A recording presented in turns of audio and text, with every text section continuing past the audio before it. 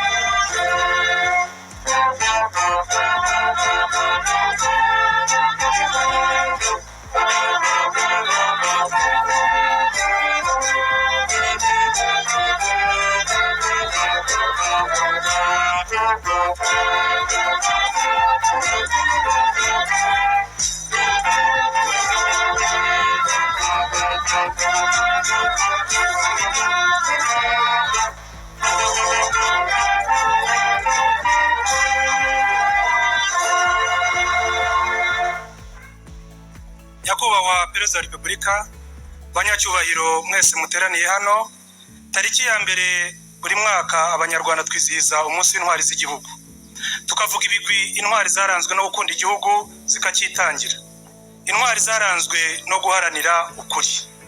Insanganyamatsiko y'uyu mwaka iragira iti ubutwari mu banyarwanda, agaciro kacu. Gahunda iteganyije kubera hano Nyakubahwa Perezida wa Repubulika na Madamu niyo gushyira indabo ku kimenyetso cy'ubutwari. Harabanza mwe Nyakubahwa Perezida wa Repubulika na Madamu, mu byubahiro byanyu mwakwigira imbere mugashyira indabo ku kimenyetso cy'ubutwari.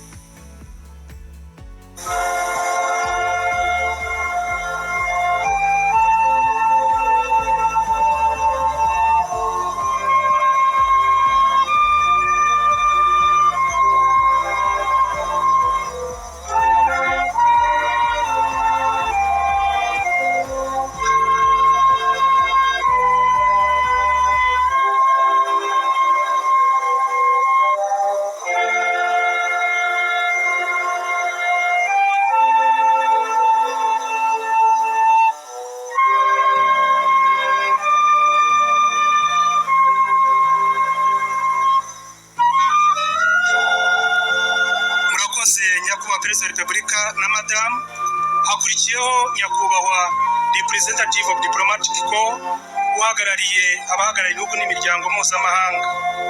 Your Excellency Ambassador, please come forward and lay the wreath on the national heroes symbol.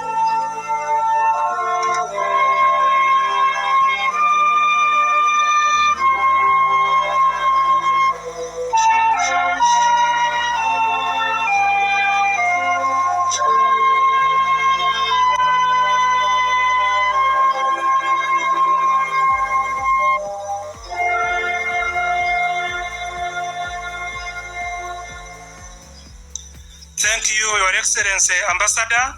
Nyakubahwa Perezida wa Repubulika, nyuma yo gushyira indabo ku kimenyetso cy'ubutwari, turafata umunota wo kuzirikana intwari z'igihugu zatabarutse.